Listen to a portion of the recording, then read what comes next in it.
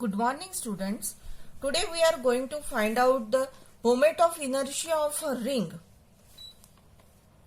Now that ring we consider uniform ring और उसकी जो थिकनेस है निग्लिजिबल थिकनेस कंसीडर करके उसका मोमेंट ऑफ इनर्शिया आपको फाइंड आउट करना है.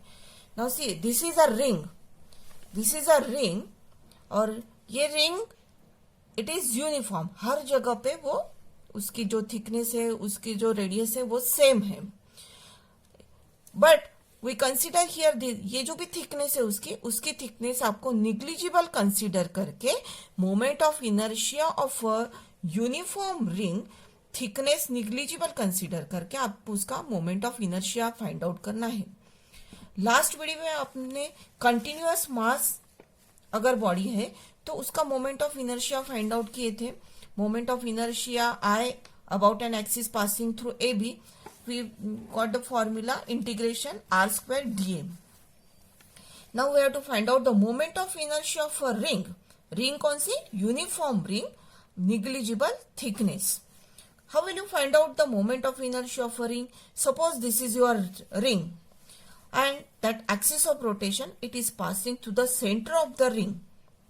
ये ring का जो mass है m is the mass of the ring. Suppose r is the radius of the ring. ठीक है.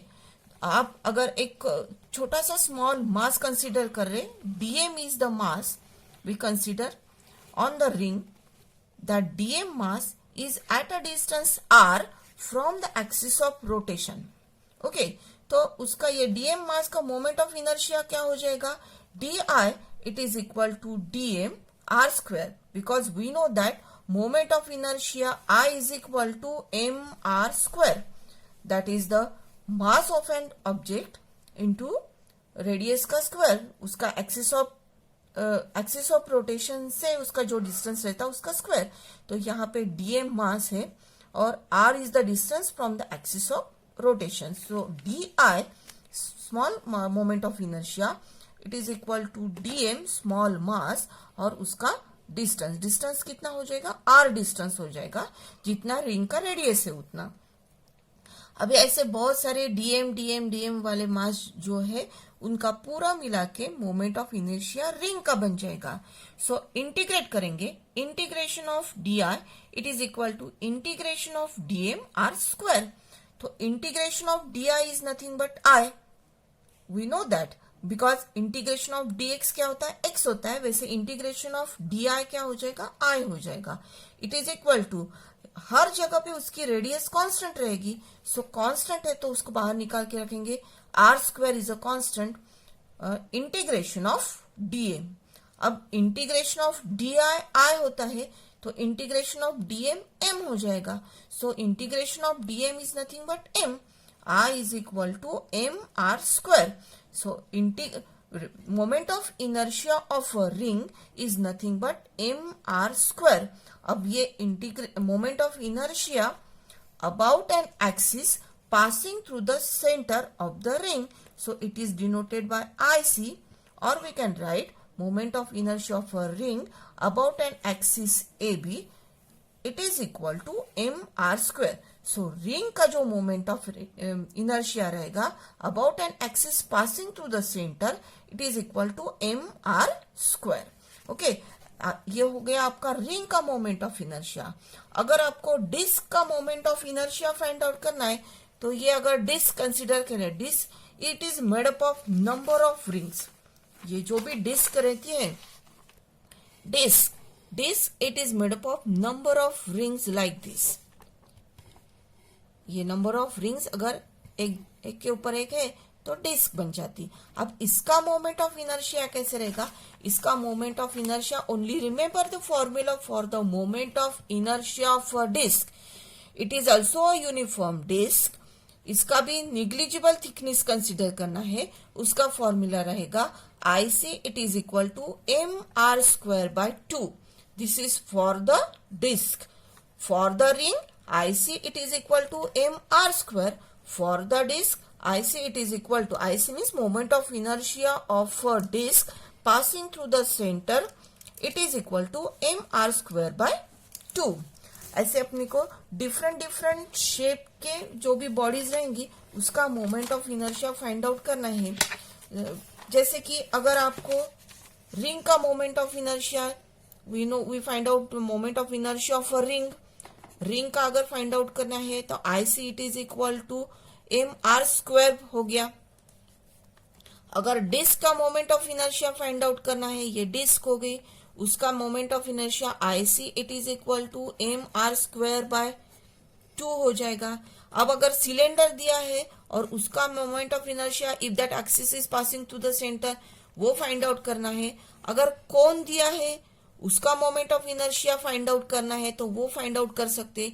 स्पीयर दिया है तो मोमेंट ऑफ इनर्शिया क्या रहेगा, ये सभी फॉर्मूला आपको ध्यान में रखना है। ये सभी फॉर्मूले लाइक दिस। अभी moment of inertia for some symmetric object आपको फाइंड आउट करने हैं कि अगर थिन रिंग है, एक्सिस अगर सेंटर से पास हो रही तो उसका मोमेंट ऑफ इनर्शिया I is equal to mr² रहेगा। अगर थिन रिंग है उसका डायमीटर से अगर एक्सिस ऑफ रोटेशन है तो उसका मोमेंट ऑफ इनर्शिया क्या रहेगा। सिलेंडर है, सेंटर से अगर एक्सिस ऑफ रोटेशन जा रहा है तो उसका मोमेंट ऑफ इनर्शिया क्या रहेगा। डिस्क है और एक्सिस ऑफ रोटेशन डायमीटर है, उसका मोमेंट ऑफ इनर्शिया क्या रहेगा। हॉलो स्फीयर है, डायमीटर से अगर एक्सिस ऑफ रोटेशन जा रहे, ऐसे डिफरेंट डिफरेंट शेप के लिए अगर different different axis of rotation दिया है उसका मोमेंट ऑफ इनर्शिया क्या रहेगा। ये आपको ये टेबल पूरा लर्न करना पड़ेगा। ये आपके बुक में दिया हुआ है। बुक में, टेक्स्ट बुक में पेज नंबर 21 के ऊपर, पेज नंबर 21 के ऊपर ये सब रिंग, थिन रिंग, सभी ऑब्जेक्ट का फिगर निकाली हुई है, उसका मोमेंट ऑफ इनर्शिया दिया हुआ है पेज नंबर 21 और आगे जाके पेज नंबर 22 के ऊपर ये पूरा टेबल दिया है। वो आपको सब मोमेंट ऑफ इनर्शिया के फॉर्मूलेज लर्न करना पड़ेगा। Okay, then we find out, ये हो गया मोमेंट ऑफ इनर्शिया के बारे में। Next we must know what is radius of gyration. अब radius of gyration is important word in a rotational motion. अब ये रोटेशनल मोशन में रेडियस ऑफ गायरेशन क्या होता है वो आपको पता होना चाहिए। That radius of gyration it is denoted by capital letter K। Radius of gyration it is nothing but it is a distance which gives us information about the mass distribution। समझ में आ गया। रेडियस ऑफ गायरेशन आपको क्या देता है, ये nothing but it is a distance which gives the information about the mass distribution, whether the mass is distributed near the axis of rotation or it is distributed away from the axis of rotation। ये कौन देता है, that is a radius of gyration, उसको बोलते हैं it is denoted by K। K अगर K की value अगर कम है तो जो भी मास है it is distributed near the axis of rotation. K की वैल्यू अगर ज्यादा है mass is distributed away from the axis of rotation. ये आपको ध्यान में रखना है, that is the radius of gyration. Now we find out the relation between the radius of gyration and moment of inertia. Radius of gyration और moment of inertia में क्या relation है। K is nothing but the radius of gyration। Moment of इनर्शिया I से denote किया जाता है। Capital M is suppose the mass of the body, then we know that is moment of inertia। moment of inertia of the body is nothing but the mass into the distance from the axis of rotation। अभी ये मास का distance from the axis of rotation क्या है, K है। सो क्या हो जाएगा K²। I is equal to mk²। I is equal to mk²। we rearrange this, K² क्या हो जाएगा, K² is equal to I upon m। तो K क्या हो जाएगा, K is equal to √I upon m। This is the formula for the radius of gyration. उसका unit क्या रहेगा, मोमेंट ऑफ इनर्शिया का आपको पता है kg metre square. Okay, and mass का क्या है kg। ये kg कैंसिल हो जाएगा। So K² is nothing but K² is nothing but metre square आ जाएगा। So K is equal to metre. So the unit of radius of gyration is metre. एक छोटा सा एग्जांपल ले लेते हैं रेडियस ऑफ गायरेशन के ऊपर। सपोज ये रिजिड बॉडी है, उसका मास अगर 5 kg है और उसका moment of inertia 500 kg metre square दिया हुआ है, तो आपको k की वैल्यू फाइंड आउट करनी है। k की वैल्यू फाइंड आउट तो अपन ये फॉर्मूला से कर लेंगे, that is I is equal to M K square. I की जगह पे 500 रख देंगे, मास अगर m है, k स्क्वायर, तो k स्क्वायर आपको मिल जाएगा, that is 500 upon 5, it is equal to 100, so k is equal to 10 metre.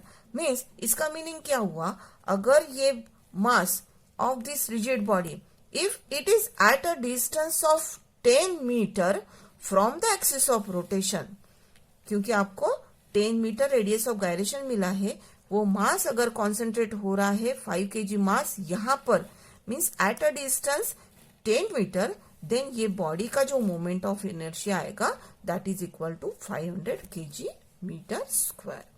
Thank you.